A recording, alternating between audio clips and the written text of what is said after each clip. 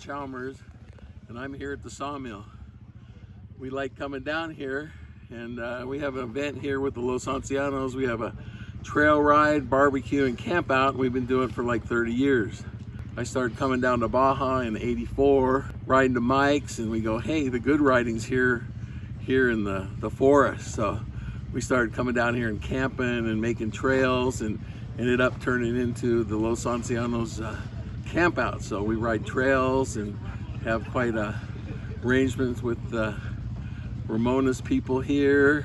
It's a great time. So we've developed quite a trail system all the way down here.